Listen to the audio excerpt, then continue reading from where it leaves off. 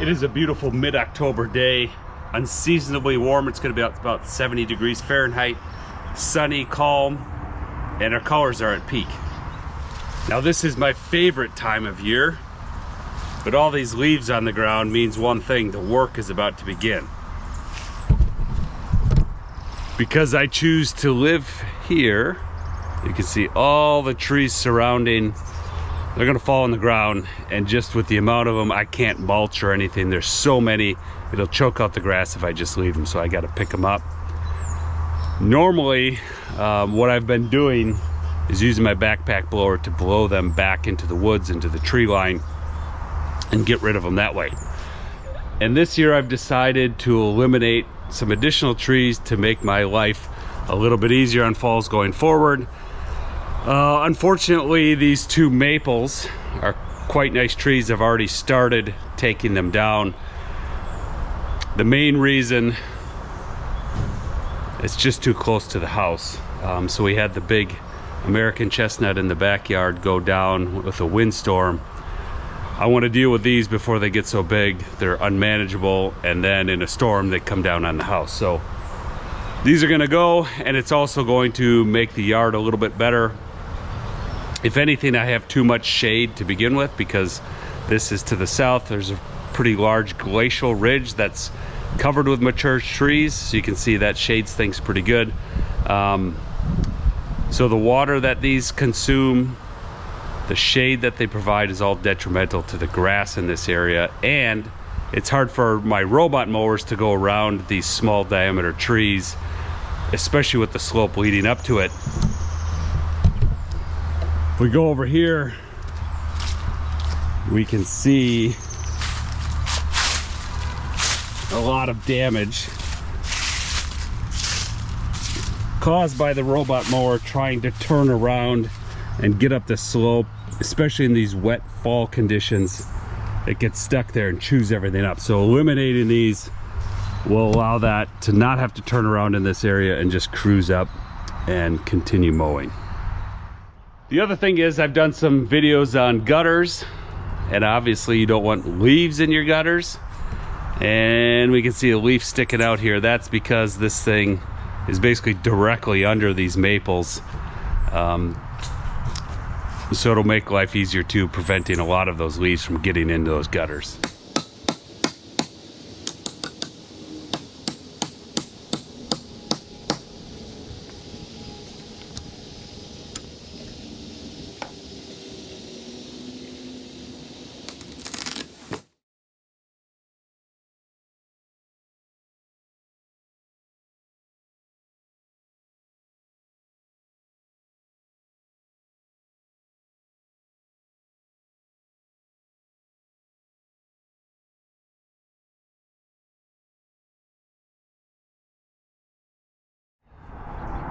Wasn't easy, but I got quite a bit of work done. I've got these two trees down, and then three over here, one that was in the flower bed and two that were right here. Again, I know a lot of people wish they had more trees. Obviously, I'm very tree rich, and the ones that I selected here was a combination of things. Some of them were way too close to the house for the size that they were, and my American chestnut in the back that uprooted during the windstorm kind of reinforced, hey, you better take care of these trees before they get too big to deal with or they land on your house. So I think that was very prudent to take them out. The other thing is, we can see here is a perfect example. I got some of these leaves off, the damage the robot mower was doing trying to climb this slope and then navigate around these trees. So in springtime, I'm not exactly sure what I'm gonna do, if I've got a project for this area to change this slope, or I'm just gonna get a stump grinder, get rid of these stumps, plant some grass there, and see if the robot mower, without having to turn around for these trees, if it does a better job. So I do still have a bunch of work. You can see rounds in the background. I'm gonna split up and stack for firewood, but I do have to deal with the stumps. And one of the reasons I said I've got the big one back here from the American chestnut, my plan is to get a skid steer and see if I can, a big skid steer, rent one, see if I can get underneath that and continue flipping it over. But things this time of year, 1 week until Halloween, stay very wet. And that's the reason the robot mower is digging up areas too. So even here, the ECOVacs Goat on level ground at the charging station dug a big mud hole, which is a little bit frustrating because the grass otherwise is looking very good. But that's the reason I took out another 2 trees over here. One to get a little bit more sunlight and air movement so things don't stay so wet. But the other is just to make life easier on robot mower. Whatever one you get, I've been through a lot of them. This time of year is tough in the turning in areas where it turn a lot. So between the woods and that tree, the mower would have to turn around a lot. And even if it's 2-wheel drive, look at these. Look at the wheels on this thing. I mean, they're just caked with mud, and that might be part of the problem. The mud got caked on the wheels over on that slope, and then you've got no traction because you've just got mud on the tires. But anyway, those are going to be my big projects for next year. I'm going to go backwards and get rid of some of these flower beds I put in over the years. It was a lot of work to put them in, but now I'm undoing them just to simplify the yard, do more grass, allow that robot mower to be more uninterrupted, and just cut. You can see there's already been a big impact. Also, losing the chestnut tree was devastating, but it does make life a little bit easier. There's very few leaves in the backyard. Normally that tree by now would have just dropped every leaf and it would be covered under here.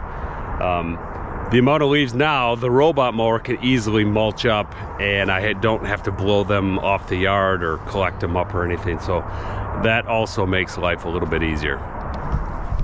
Because of the damage caused, I decided to clean up the mower and take it inside for the winter. Just wasn't worth it anymore, and I'll blow the rest of these leaves off the lawn instead of relying on the mower to mulch them up. Pretty simple process. Just bring the mower inside, I store it in the basement, and the power supply. And you don't have to take the charging station in, and I recommend not moving the charging station, because if you move the charging station, you're going to have to remap your entire lawn. So they make it pretty easy here. There's a disconnect on the power supply. We just unscrew this, it comes apart. We can take the power supply in. It's the AC to DC converter, sir. So there is some circuitry in there that could be damaged if it freezes or gets too cold and then warms back up. So I just bring that in, leave the charging supply, or the charging station rather, outside in place. Before putting the mower away, I just wanted to clean it up. This Super Clean does an exceptional job on white plastic and white aluminum fascia on your home, but specifically white plastic here, and is the best thing I've found for getting white equipment or fascia clean. So just a matter of spraying it down with that, use the brush on it a bit, rinse it off, and it looks like new. The underside of the mower was definitely still functional. There wasn't so much grass buildup that would interfere with mowing or anything like that. But you can see there's a decent amount of buildup here. So rinsing it off. The front wheels, there was longer grass kind of snagged on the supports for it. There's the metal piece, but not too bad. And again, in and around the deck, there's definitely some grass stuck on there, but nothing too out of ordinary.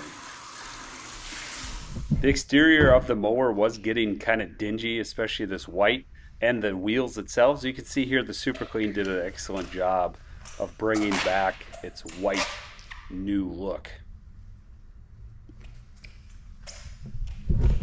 I store it in the basement on this racking. I don't charge it over winter. These lithium-ion batteries seem very stable. I've not had any issues doing this. Well, it's the first week of November, and like clockwork, the vast majority of leaves are on the ground. And there's the potential for snow this weekend, so I've got to get these leaves taken care of. If we get snow and ice over this will smother the grass and kill it. And it's starting to look really good. couple years ago, I'll leave a link for the video in the description, I killed off my entire lawn so I could get rid of a rye fescue bluegrass mix and go back with 100% bluegrass. And it's really coming along now. I don't want these leaves to kill it, so time to take care of it. Hopefully next year we'll have a new batch of robot lawnmowers to test out. I am thoroughly impressed with the leaps and innovations they're making every year. Hopefully we get one next year with a string trimmer so that I don't have to do that anymore. I'm working on the lawn to make it easier for these robot lawnmowers to work properly and dig it up less. Come along with me on that journey. Thanks for watching. Adios.